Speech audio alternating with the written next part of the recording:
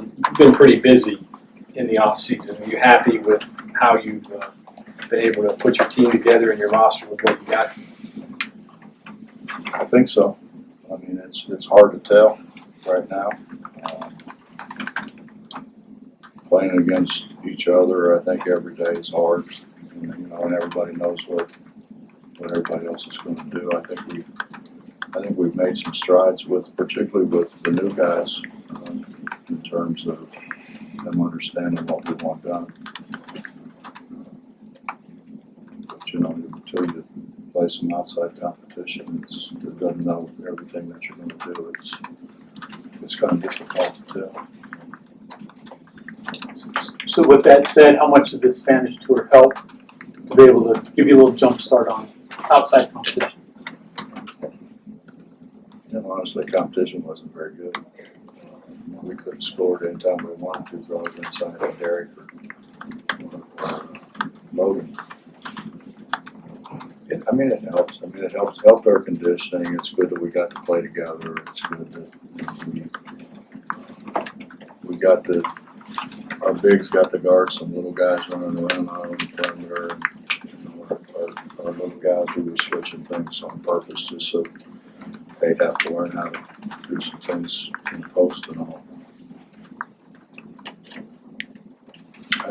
I think we didn't shoot it particularly well, but that was probably, the ball was slick. It was so hot. It was just, and I'm sitting there on a chair and I'm soaking wet. I wasn't until the last game. I didn't even pitch at the officials, believe it or not.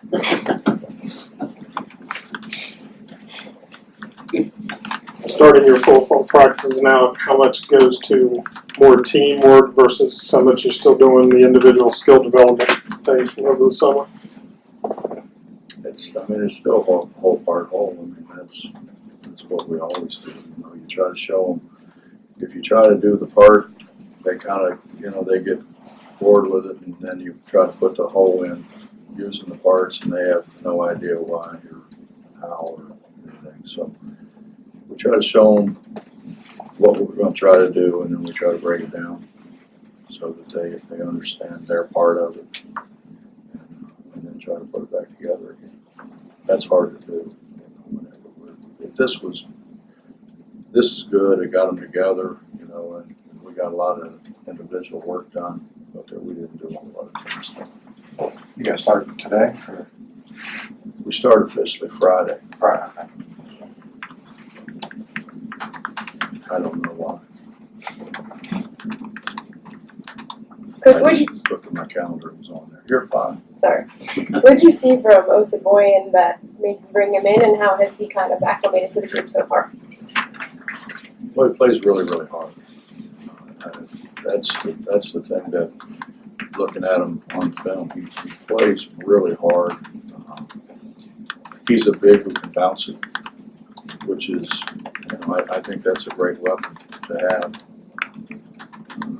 He's a guy who can catch it and drive it, and I think draw fouls. He's strong. He's aggressive. I think he's, for an extended period of time, he could guard on the perimeter better than any big we have. Derek can do it. He just doesn't do it very long, as long as sometimes we need him to. And playing 2 years, he's got 2 years of SEC experience, playing in big games, so that gives him an advantage, I think, over the freshman. Was the idea there to get another wing to go with Matthews, because if you didn't have him, you wouldn't have had it back? I don't think he's a wing. Oh, he's not? No, I think he's a 4. I think he's a 4-man who can bounce it. I think he's a 4-man who passes it pretty well. He rebounds it. Plays really hard. I think if we can get the other guys to figure out how to play pressure, I think we could go back. I don't know that we can do what we did before, but we can, I think, still at times pressure people, because he's a big who can really he can stay in front of you. Who would that second wing be right now? Emma can't get tired. Can't get tired. Well, we can play. I think Haley, a lot of maybe? people there. Jermaine could play there. In fact, Jermaine that may be Jermaine's best position. But, yeah, we could play Sean there. We could probably play Taz there. We could play 3 guards. With those 2 bigs inside, I think we can play 3 guards. Along those lines, how is the perimeter defense? With Dax and JC a couple years ago, that was kind of your calling card. You didn't have that last year. So what do you do this year there? It's kind of like it was when those 2 were freshmen. It's non-existent. We don't guard anybody, but we will. We're athletic enough. I think they're basketball savvy enough. We'll be able to guard. Bob, with regard to Gabe, is he definitely redshirting? Is he TBD? TBD. I think that's all you can say. Right? Yeah.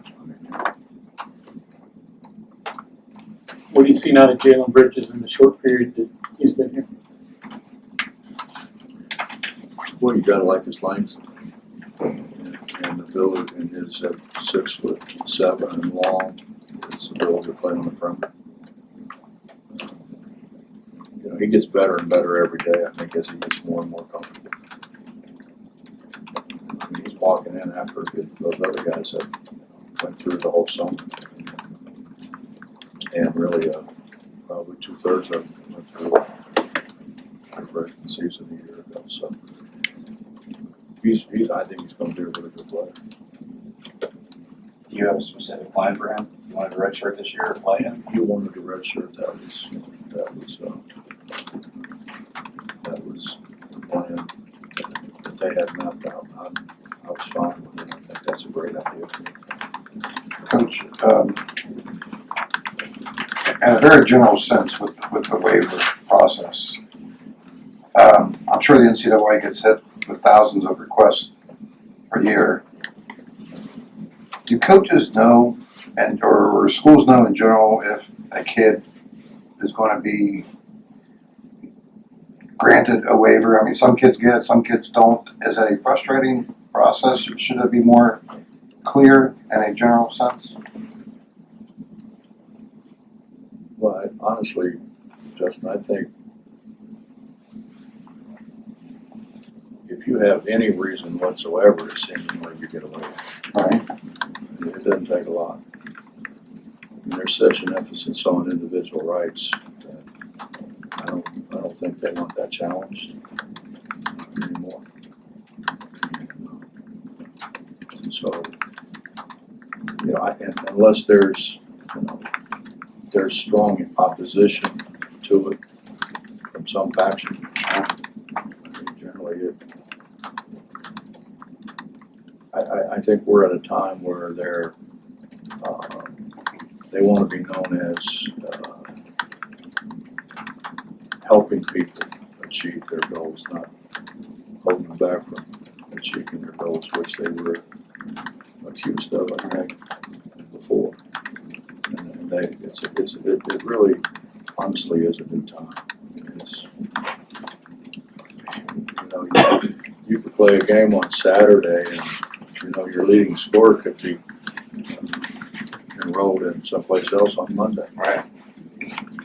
Along those lines, I don't know if you saw that Seth Greenberg tweet. I guess there's 150 kids in the transfer portal that don't have a place to go now. What's your thoughts on that? Well, and I've said this to you guys repeatedly, but I think what we're missing the whole deal is we're so concerned about individual rights, we forget about everybody else. It's like the draft. I'm totally 100% against what we're doing with the draft and letting extend the draft that long because you can't replace them. And what happens to the rest of your team? Doesn't matter what happens to them. Doesn't it matter that they've lost maybe their best player and they can't replace him? So all their goals and everything that they've kind of dreamed about going to school and playing on a great team, winning in the NCAA tournament, going to the Final Four and all those things. You know, you lose a guy or two unexpectedly. You know, like there's guys going to draft, you say, well, he's not going to, you don't know whether he's going to get drafted or not get drafted. Did any of us know whether this exit get drafted? No. It's kind of you take our guys, the majority of our guys that left, I mean, we didn't have any idea, and I talked to everybody, you know, we had no idea whether they're getting drafted or whether they could come back or couldn't come back. And starting with KJ. How does KJ not get drafted? They didn't. We were, you know, we saved the scholarship for him, but it gets, you know, let's say, for instance, this year we lose two of our bigs, underclassmen bigs. We've got a senior big. We're left with one big. So now do we wait and see what happens? Do we fill that spot? Is that fair to those other guys? I don't think it is. Well, it's a domino because look at all the kids in limbo that don't have a place to go now, that are just sitting there. I mean, But you know what? That only affects them. They chose that. I can live with that more than I can destroying a team. I can live with that. And they're always going to have close to go. I mean, they're going to be Division II people looking at them. With that, They'll go somewhere. with that in mind, when you're recruiting players now, do you talk to them about that as part of the recruiting process? Try to sound them out what they feel like their ideas or plans are? They don't think they're going to play in the NBA. I don't have to ask them. I know what they're thinking. They're all NBA players. Every single one. All those guys, you know, those guys that are playing in Europe now, still they think they're NBA players. Most of them. Most of them. Now that the NCAA has been brought up, you got any thoughts, feelings about the Kansas situation that you want to say? I don't really know enough about it to say anything that's intelligent, so I really pride myself on sounding intelligent. You know. That's why I never understand what you say. I don't know enough about it. I really don't. You know, you kind of look at the headlines, and, you know, you read a headline about this team and that team. You know, I don't know. It would appear, you know, if you don't, and you really don't. This is the first thing that's ever really come out from the NCAA. I think all the rest of it has kind of been Yeah. secondhand, you know. So, and I honestly didn't read it. I saw the headlines, but Well, we discussed a couple of newcomers. What about the others? McNeil, Taz, Oscar. What are you seeing out of them? Sean got really sick in Spain, and then he had his brother got married a couple times, I think. He was gone a couple weeks. First one didn't take. They just wanted to make sure that they had the right to first but no, he's lost a bunch of weight and all this stuff. So he's kind of been. It's hard to get a good look at him, I guess. Taz is getting better and better. Getting stronger and stronger. I think he's, what is he? He's 185 pounds. I think he came in at 170. So he's getting stronger and understanding. Miles is playing great. Deuce is playing. I mean, if we were going to play today, you should see a lot of work playing. He's gotten stronger. He's making shots. He defends.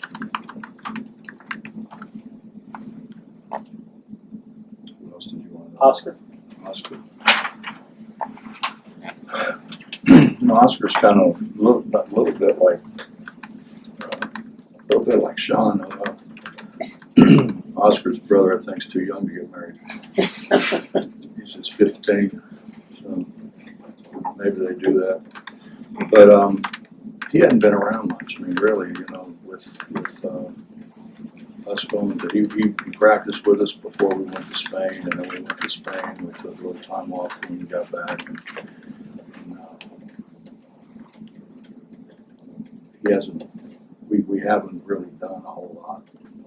So it's hard to, he's talented. I think you can just let you run up and down, let you rebound the ball. He's shooting it pretty good. It's just, it's hard when you don't know what you're doing. And there's so many things going through your head. And am I supposed to screen? Am I supposed to cut? Am I supposed to flash the high post, catch the ball? And then they just kind of freeze. He's a little bit like that. He doesn't freeze when it gets on the rim, though. That's a good thing. Thoughts on your schedule? You got some games backed up in there. What's your initial thoughts when you saw them out? I hope I didn't overstep.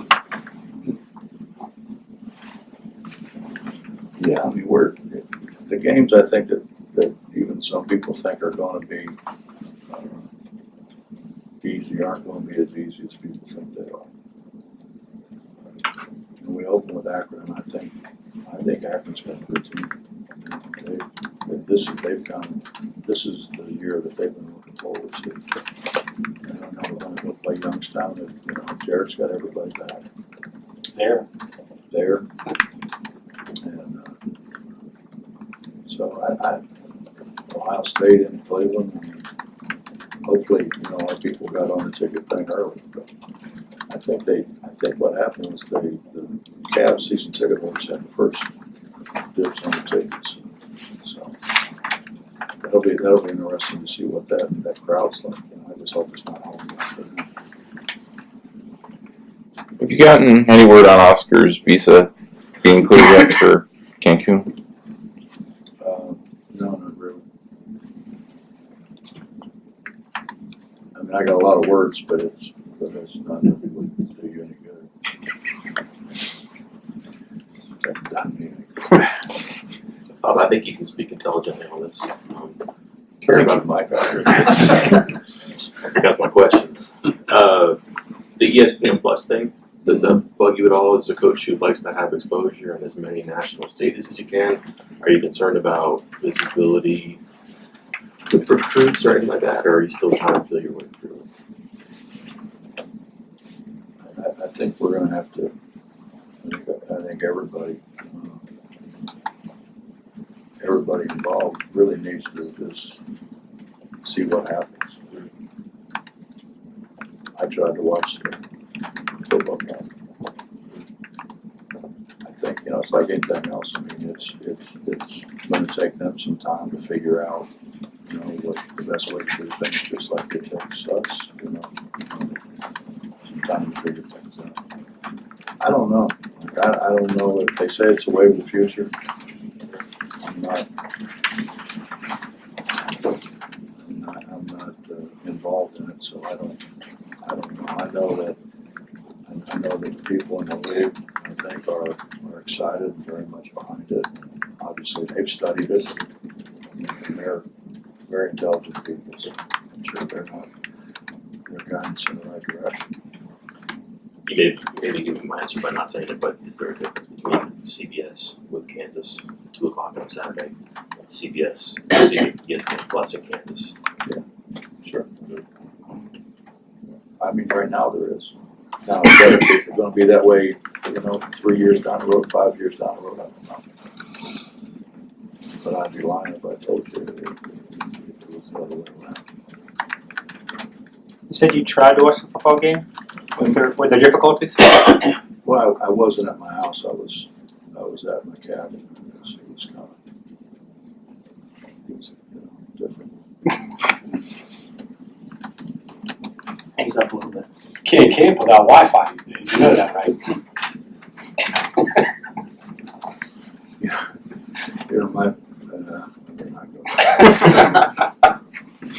My wife's in charge of that kind of Oh, thing. okay. So,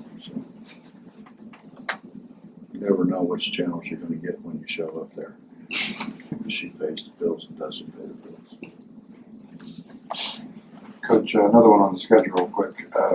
You got the 2 road games to start again with school, when school's out, which I think is something you've always thought was a positive in the past. I think you got less 9 p.m.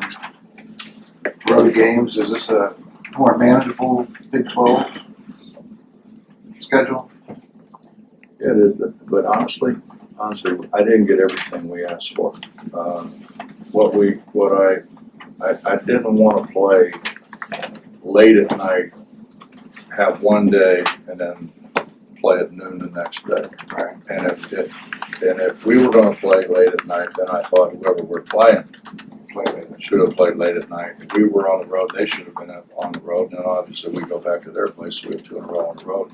But they have the same circumstances to deal with that we have. And we didn't fully get that. And I know that's hard to do. Right. I'm not, that's a hard thing to do with, television makes it, honestly, television makes it very difficult. And the money that they pay us, we need to feed them. That's common sense. What do you think makes this team unique that you put together from other teams or? We actually make shots. We don't have to rely on getting 2 and 3 shots a possession. We don't really have to rely on, I think, as much on creating turnovers. I think we have more guys who are capable shot makers. Now, are they going to do it all the time? I don't know. Hopefully, they don't all do that. They don't all miss it on the same day, which seemingly kind of happens. But I just think we got more guys. Chase has shot the ball well. Just this whole summer. Like I said, Sean's been kind of laid up, but we look at Sean as an elite shooter. Taz can really make shots, and then our returning guys. George can make shots. Dylan can make shots. I just think we have more guys capable of making perimeter shots, particularly open shots, and I think with hopefully the firepower that we're going to have inside, it's going to create some more open shots on the perimeter.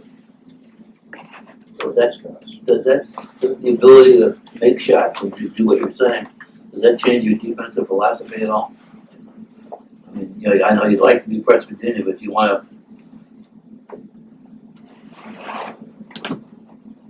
I don't think we can do anything, just a steady diet of anything. I think we've got to, when we were really good with the Final Four team, we played a lot of point drop, matchup stuff. We played man and then we played 1-3-1. So, I think that's, you can't come down and let them come down every time and be in the same thing. You got to keep them off balance. And we're gonna try to do that. I don't know how we're gonna do it yet, because I've tried to do a few things of what I just said, and then we're pretty good. Really? So we'll have to see which we, a couple of those teams were really, really good playing matchup. And opposing coaches said to me afterwards, we have no idea what you're doing. But we didn't even really, we just, they knew how to play. And it's hard to scout somebody who doesn't know what they're doing, but they know how to play. And I don't know from this group how many people really understand how to play. Less and less guys are understanding how to play. And can you get that into them by Mark? I don't know, you know, I told our guards the other day, you know, the good thing about our guards is every day I go out to coach them, when I walk out, I realize what a hell of a player I was. Because I didn't do near the dunks I take. And actually, I knew if a guy was open, you're supposed to pass it to him, you're not supposed to hold it till he gets covered. So, yeah, they just make me feel like I was maybe a lot better than what I was. It's a good feeling to have. Prior to the, I'm telling you right now, I was pretty damn good. If you watch those guys, and if you ever saw me play, you'd appreciate it. Would you start on this team? Start. Be the captain. Prior to the trip to Spain, Jordan had said he still kind of had up and down days with the knee. I know you said in Spain he didn't show any of the ill effects of it. How's he doing now? He's fine. Yeah, he hasn't mentioned it. He doesn't wear a sleeve or a brace.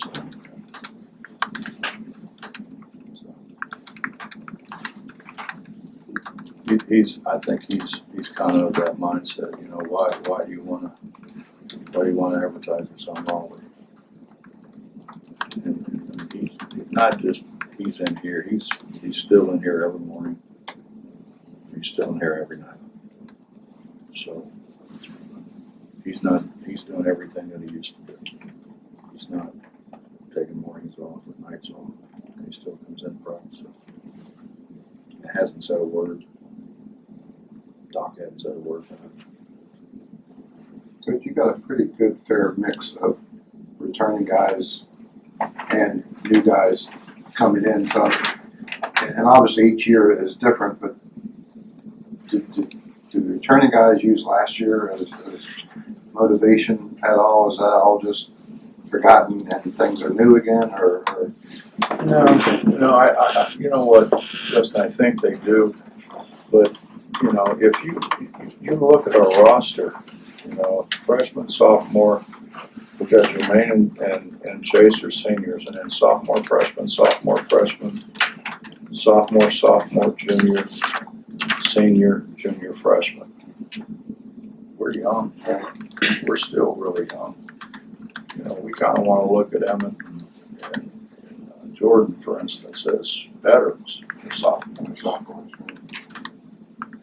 So we're not, you know, we're not what we've been sometimes when we were pretty good, where we had a lot of experience, older guys, you know, been through it.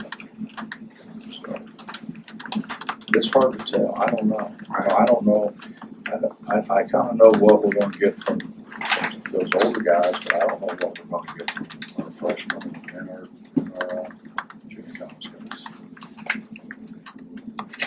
Coach, you kind of alluded to it in the summer, but in terms of chemistry, how different a place are you in now than you were a year ago?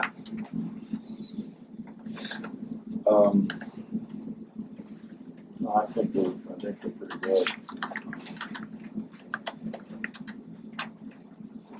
They were great in Spain. You know, when they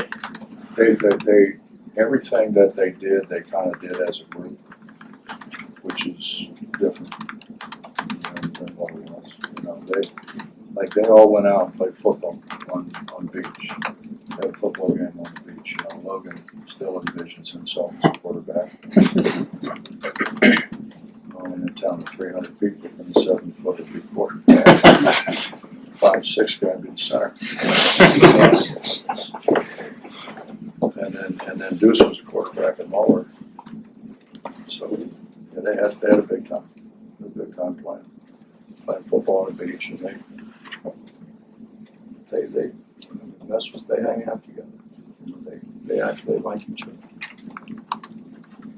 You mentioned the shot makers and the firepower. Are you comfortable going into the season with that group being able to outscore other people on a consistent basis? Do I have a choice? We kind of are what we are. You know, John, it's when you look at you look at our, and like sometimes I look at Taz and I'm like, I wish he was a little bigger. He's 6'3" or 4, and he shoots it now. I mean, he as of today is our most consistent shot maker. And he can make hard shots. And he's a versatile scorer. He can score it on the perimeter. In junior college, they sent him down on the block quite a bit. Sent him down and mismatched him on the block. He can score it down there. So, I don't. Every time Sean shoots it, you think it's going in, and when it doesn't go in, you're like looking at him like, what's wrong, Because everyone looks like it should go in. And Chase the same way. Chase has shot it really well. But if we can get Derek a little better, if we can get Oscar a little better, you've got to score close. And that opens things up outside when you can throw it inside and vice versa. So, I mean, in all honesty, if you think what Derek did, and I don't want Derek to hear me say it, but the guy really going into the last game was going to lead the Big 12 in rebounding. And didn't play the first half of the year, but that's pretty amazing, though. To have him and Oscar and Logan pursuing the ball. Logan was really good. Now he was trying to keep video. I think he thought he was back home playing against 6-foot guys, but he's played really well. He's played really well. When he threw it inside, it was like go rebound. He can score it. He's jump hooking it. We finally got him to quit slinging it. Get it up over the rim. He's making some shots, but he's a big dude.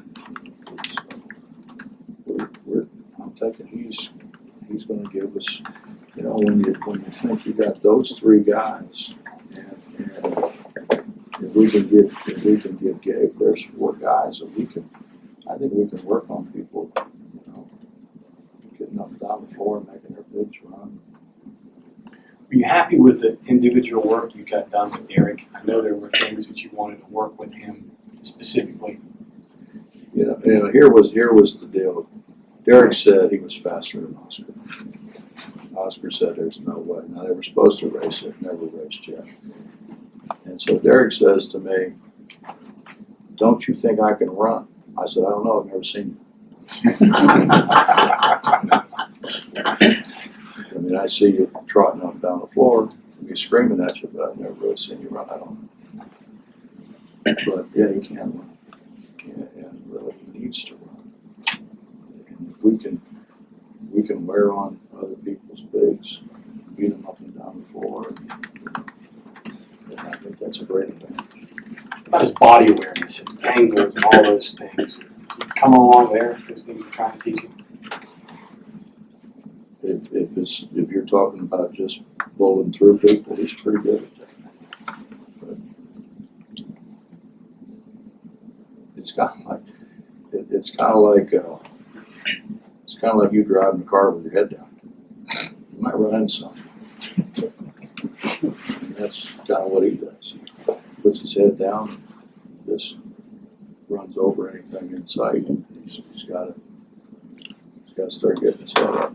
That's hard to teach. It's so much harder than what you would think it is. And you can't do the things you used to do. I used to get a neck brace and put a neck brace on. I couldn't drop their head. Is that right? I support everybody who's medicinal.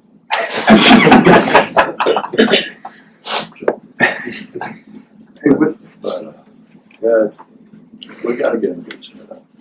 with Oscar, as far as I know, I think he's like maybe the only second McDonald's All-American kid to sign here. Has there been any need or to just talk to him about expectations his first year or anything like that? Or I think he's as grounded as I told him yesterday, and he must have laughed for 5 minutes, but I told him the other day, I just did a speaking thing in Dayton, and they asked me, as they watched him play in the McDonald's game, the guy said, does he run as fast as it looks like he runs? I'm like, I don't know how fast you think he looks like he runs, but he can't really run. And I asked him one time, I said, how did you learn to run so fast? And he said his father was a hunter. He had a bow hunter, you know. He said he would shoot the bow, and he would say, run! Said he had to outrun the arrow and bring it back so he could shoot it again. I said, what did he shoot? He said, animals. I guess he was a hunter. So, but he honestly says he had to chase the arrows. He had to go find the arrows and bring them back. That's how he learned to run so fast. If you believe that, I'll tell you another. I believe he chased him, I don't know if he outran him. I do believe he chased him. Yeah. He's convinced me of that. Anything else? Coach, with the Spain trip, you know, and everything happening in August, does it really feel like the first day of practice on Friday?